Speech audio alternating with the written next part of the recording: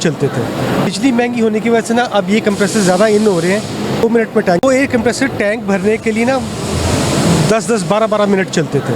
बिजली महंगी होने की वजह से ना अब ये कंप्रेसर ज़्यादा इन हो रहे हैं, 2 मिनट में टैंक भर देता है। जी नाज़रीन, अभी हम खड़े हुए हैं शेनडोंग डुगास मशीन। तो यहाँ पे हमारे साथ हैं शहजाद साहब।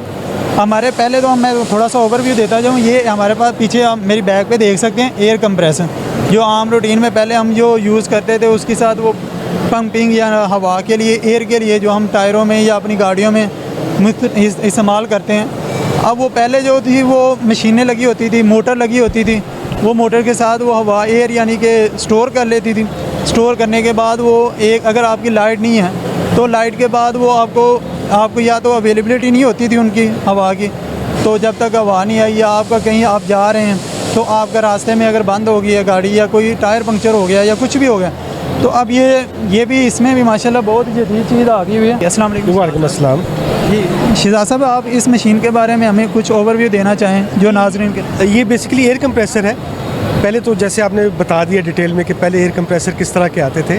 वो एयर कंप्रेसर टैंक भरने के लिए ना 10-10, 12-12 मिनट चलते थे और उतनी ही बिजली, पहले तो लोग परवाह नहीं करते थे, बिजली सस्ती होती थी।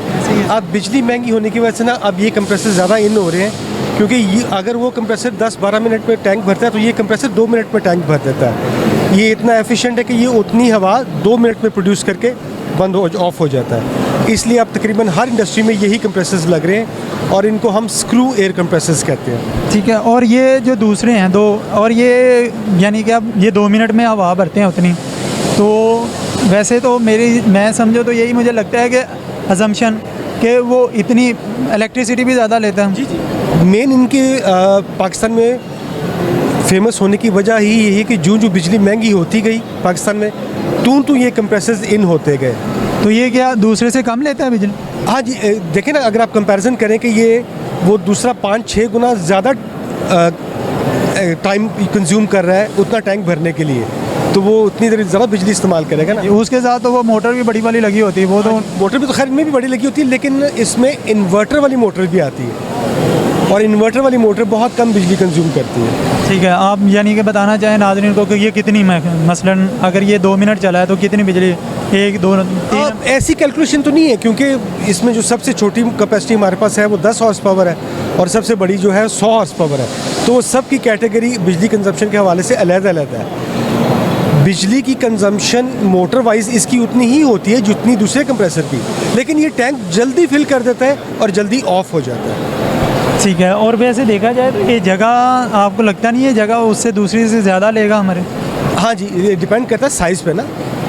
दूसरे आपकी कौन से साइज़ हैं इसमें? हमारे पास 10 हॉर्स पावर से लेके 100 हॉर्स पावर तक है। जो आपने छोटे साइज़ के देखे होंगे ना, वो छोटी कैपेसिटी के भी होते हैं, इसलिए वो शायद आपको फील हुआ हो कि वो छोटे साइज़ के हैं। ये अभी हम देखें जो हमारे बैग पे पड़ा हुआ है, तो ये कितने हॉर्स पावर? ये 15 हॉर्स पावर का है। ठीक है। यानी ये देखा जाए तो वो दूसरे जो आम रूटीन वाले हैं, जो सबसे बड़ा टैंक है, ये उसके बराबर है।